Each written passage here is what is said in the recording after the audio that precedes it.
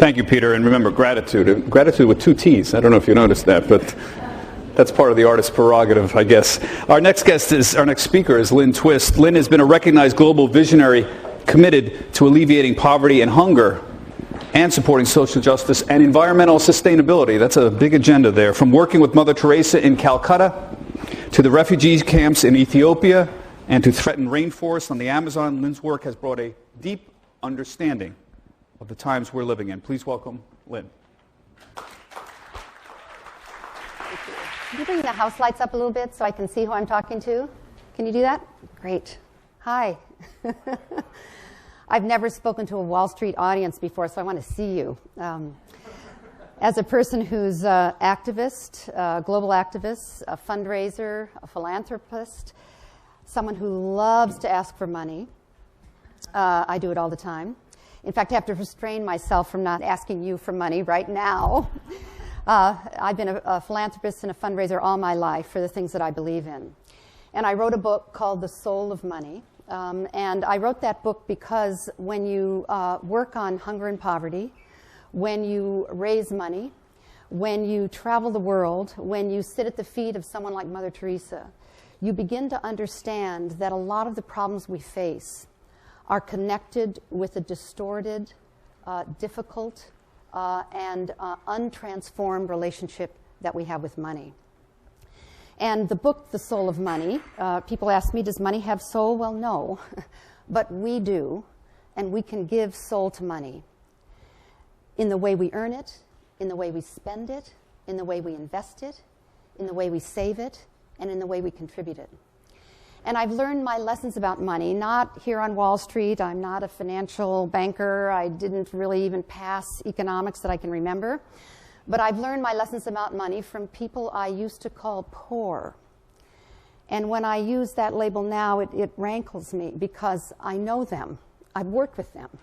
I've been side by side with them in the trenches after the 1984-1985 famine in Ethiopia, with women who lost every single child to starvation. And I can't call those people poor. There's nothing poor about them. They have more strength, more resolve, more determination. They're more creative, more innovative than most of us will ever need to be. And they exhibit more courage to live through one day than you and I are going to need to exhibit in an entire lifetime. So to call them poor is to demean them and to demean those of us who would call them that. They're awesome people. And what's poor is their circumstances, not them. They're whole and complete people living in the crushing reality, the oppressive reality of resource-poor circumstances, which sometimes drives people to be as great as those of us in this room would want to be throughout our life. It has them depend on their inner resources, their inner riches, and not look to outer riches. I've also learned a lot of my lessons about money from people that I used to call rich. And I don't call people rich any longer, although some of us may be that here. Certainly in this part of the world, there's a lot of people who we think of as rich. And as a fundraiser, I'm always looking for those people. You know, what's their phone number? What's their email address? But I now realize that calling people rich does the same disservice to people because they start thinking they are their circumstances when they too are whole and complete people living in the ebb and flow and sometimes numbing reality of excessive resources. And Mother Teresa taught me many, many beautiful things. I could tell 1,000 stories about her. She was the real deal. But one of the things that she taught me was that the vicious cycle of wealth can be as intractable, as oppressive, have as much suffering as the vicious cycle of poverty. You can get caught in it, and you don't know that you're stuck. So I've learned these lessons from Ethiopian women after the famine, people in Mozambique after the war there, people in Bangladesh after a tremendous flood where people will be so resilient they'll rebuild their homes sometimes 20, 30, 40, 50 times. And my most recent lessons have come from the people of the Amazon rainforest where I now work, with indigenous people. Indigenous peoples of the Amazon who are intact in their culture, intact in their tradition, and clearly intact in their relationship with the community of life and the natural world. In that part of the world, indigenous people hold the good of the community as the highest ethic. And if you hold the good of the community as the highest ethic, then the individuals will be taken care of. That's the way they see it. So people never individuate at expense of the community. And when someone in that reality or that way of seeing things in indigenous communities takes more than they need, they send them to the shaman. They think they're mentally ill. You would never do that. And I suggest that the community of life is where we need to put our highest priority now.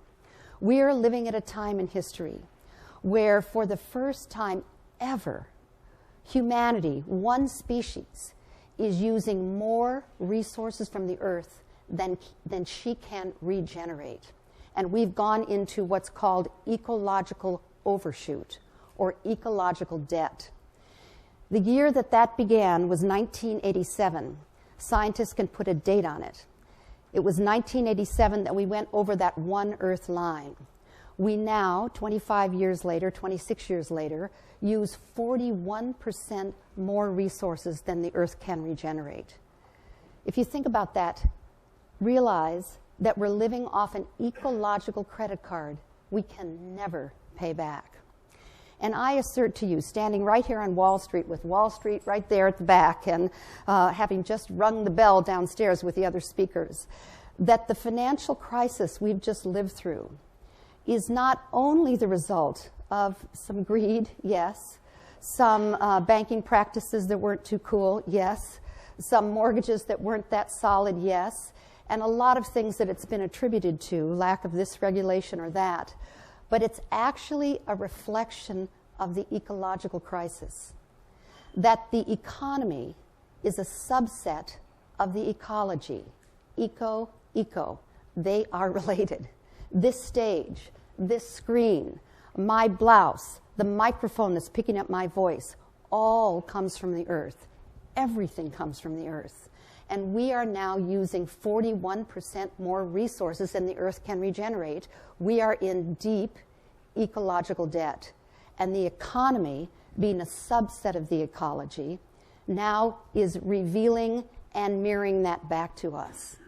I assert that borrowing more and more and more money will never get us out of this crisis, the economic crisis. It will assuage us. It will make us feel a little better. It will have things be a little softer when they land. But until we, as a human species, learn how to live within our ecological means, the economic crisis will still haunt us. I want to suggest to each person in this auditorium and anybody who's watching this that the choices you make may influence the future of life for the next 1,000 years. You could think of that as a burden, but I think of it as something quite different than that. We're living at a time where our lives are ennobled by that responsibility. Our lives matter so deeply. The choices we make are so critical that, if you think about it, that makes us living lives that could be the most meaningful lives any generation of humankind has ever lived.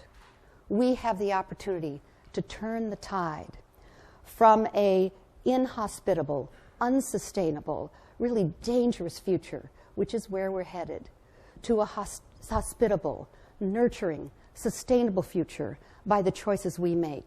We have the opportunity to bring forth an environmentally sustainable, spiritually fulfilling, and socially just human presence on this planet.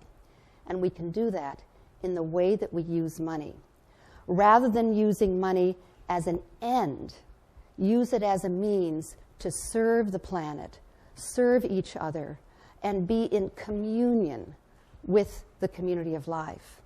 So I invite you, as people here on Wall Street, everybody's looking to Wall Street all the time. Everybody wants to know what's happening on Wall Street. It's kind of where it's at.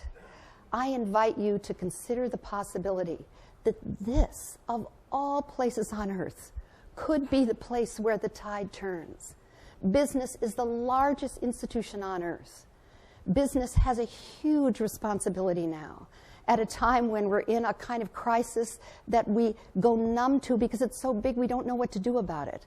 But there's solutions for absolutely everything that we face. And we have the opportunity to rise to that occasion. And I invite, in fact, I challenge those of you who are on Wall Street to be as great as the women in Ethiopia after that 1985 famine, to be as great as the people in the rainforest who are fighting the battle for their lives, their future, their forests, and the community of life. I invite you to be as great as you've ever been as we turn the tide and create a future that will work for all of us. Thank you.